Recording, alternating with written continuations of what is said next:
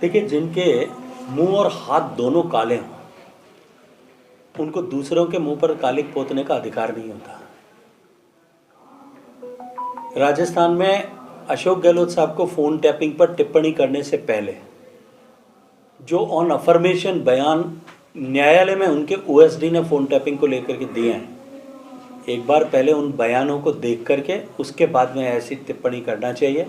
ये भारतीय जनता पार्टी की परंपरा नहीं है, ये राजस्थान की पूर्ववर्ती अशोक गहलोत सरकार की परंपरा थी कि उन्होंने इस तरह के पाप किए हैं जिसकी सज़ा उनको निश्चित ही किसी न किसी दिन भारत की न्यायपालिका अवश्य देगी। केजरीवाल के हार के क्या कारण मानते हैं और कांग्रेस ने वहाँ खाता भी नहीं खोला? देखिए, कांग्रेस के लिए खाता नहीं खोलना पहली घटना नहीं है।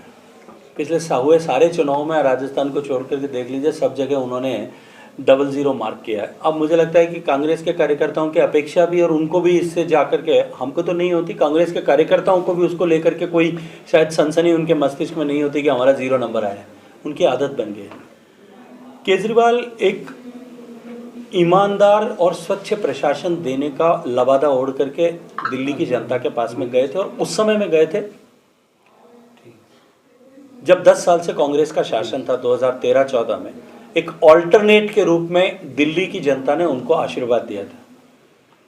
उस 5 साल में वो कर कुछ नहीं पाए, लेकिन उन्होंने जिस तरह से एक फॉल्स नैरेटिव इस बात को लेकर के खड़ा किया कि मोदी जी की सरकार या केंद्र सरकार या एलजी हमको काम नहीं करने दे रहा है, इस फॉल्स नैरेटिव को चलते हुए प्रदेश की जनता ने एक बार फिर उनको मौका देने का ऐसा आशीर्वाद दिया। लेकिन 10 साल के कालखंड में भी कुछ नहीं होने के चलते हुए सरकार के मुख्यमंत्री सहित आधे से ज़्यादा मिनिस्टर्स जेल चले जाने के कारण से, उनके विधायकों के अल्टीमेट भ्रष्टाचारी हो जाने के चलते हुए, झूठ पर झूठ बोल करके लोगों को जो है बरगलाने के प्रयासों के चलते हुए, मीडिया पर अंधाधुंध पैसा खर्च करके और अपने अनुकूल रिपोर्ट छपवाने और धरातल और उस दोनों में बहुत बड़ा अंतर होने के चलते हुए दिल्ली की जनता के सामने उनका चाल चरित्र और चेहरा बेनकाब हो गया था। इसलिए दिल्ली की जनता ने अब की बार स्पष्ट बहुमत देते हुए भारतीय जनता पार्टी की डबल इंजन की सरकार बनाने के लिए मोदी की गारंटी पर विश्वास किया।